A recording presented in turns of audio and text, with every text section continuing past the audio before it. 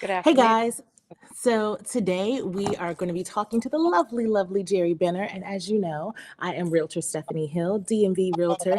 I'm specializing in moving my clients up from wherever they may be in life to their dream home in DC, Maryland, or Virginia. And today we have a great concept for you. We're going to be talking about things that buyers can do to honestly manage the storm and weather this current market. So we're going to be talking about interest rates, whether or not it's a buyer or seller's market, and everything else in between. So, Jerry, do you want to introduce yourself? Yes, I am Jerry Benner. I work for Fitzgerald Financial Group. We are a direct lender in Maryland. My office is in Maryland, but we specialize in Northern Virginia all the way up to north of Baltimore. So, Awesome. And Jerry is one of my preferred lenders. She is one of my go-tos because I love that Jerry, when she gives you some numbers, you can count on those numbers being accurate, which is extremely important, especially in a market like this, where every percentage point and every dollar matters. yep. So let's go ahead and dive right in. The DMV market is really interesting right now.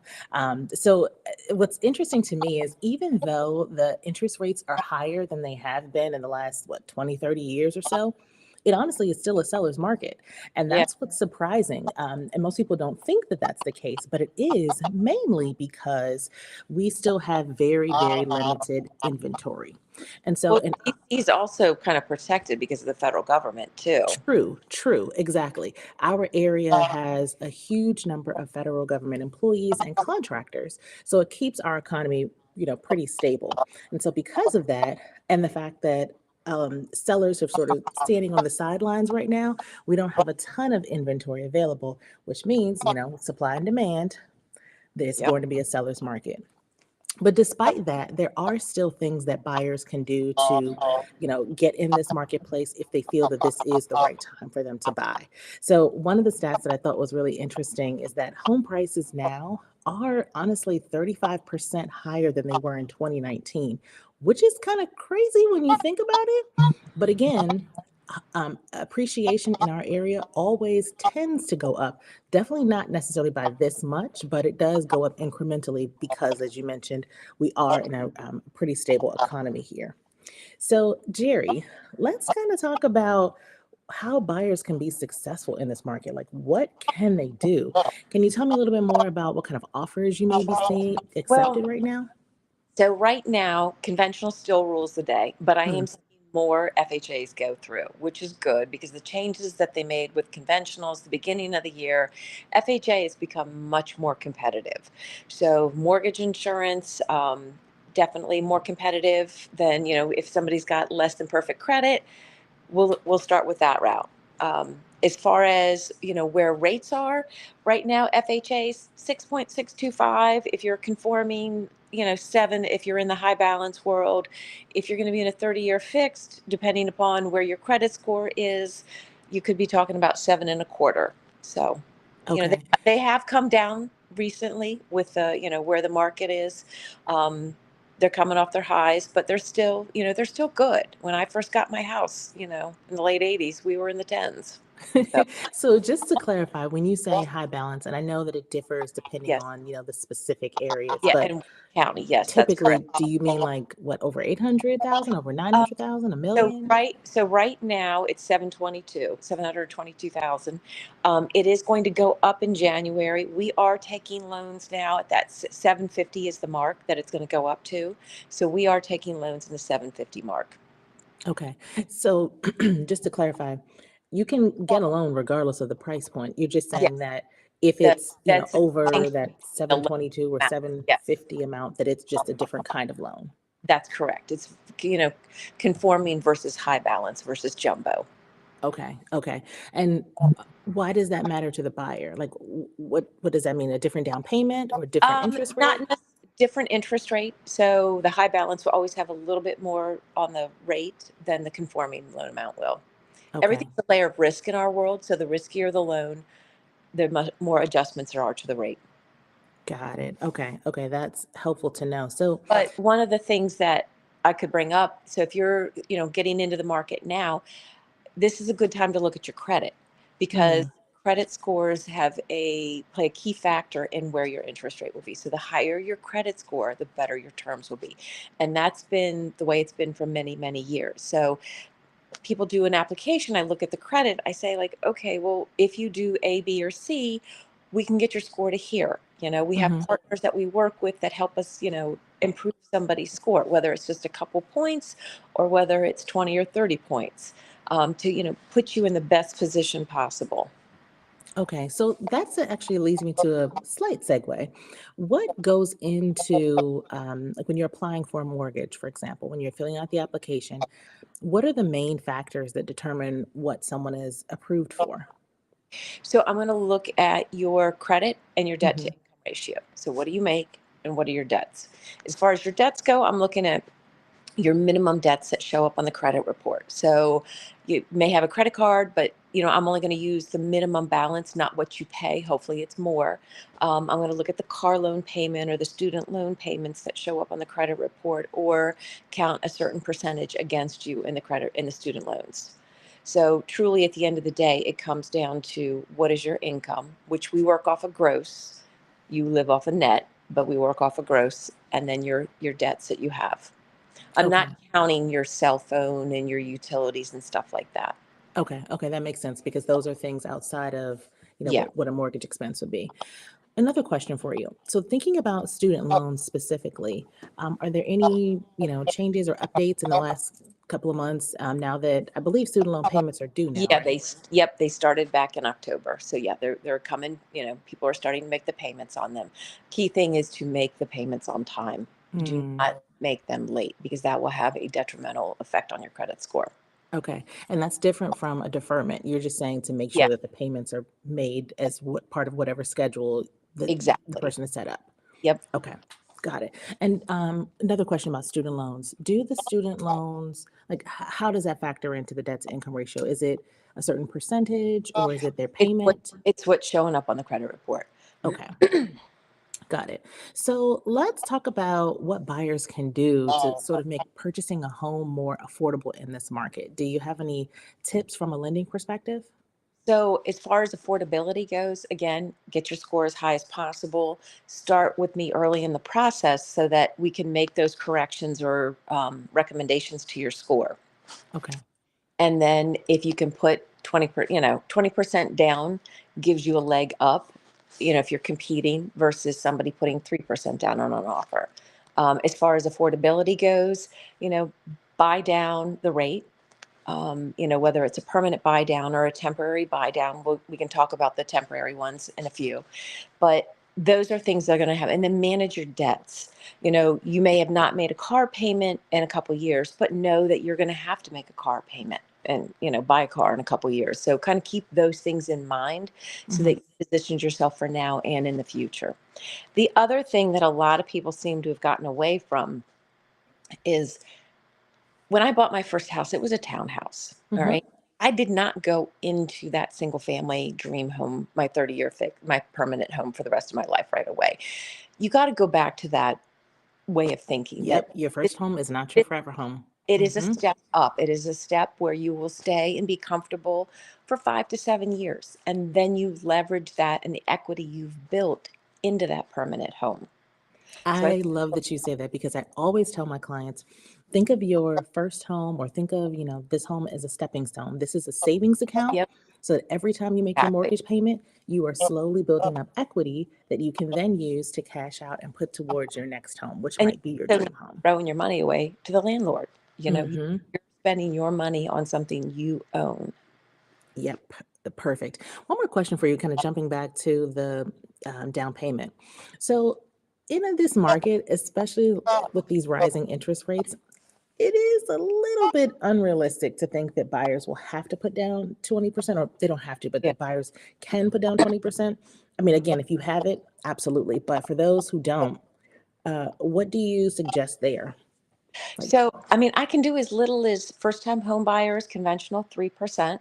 mhm, Most of the time they're putting 5 or 10% down conventional. FHA is 3.5. So if you're a veteran, and happy Veterans Day tomorrow, yes. um, 0%. So there's options. Yes. Okay, perfect. Okay, so let's jump into a real life scenario.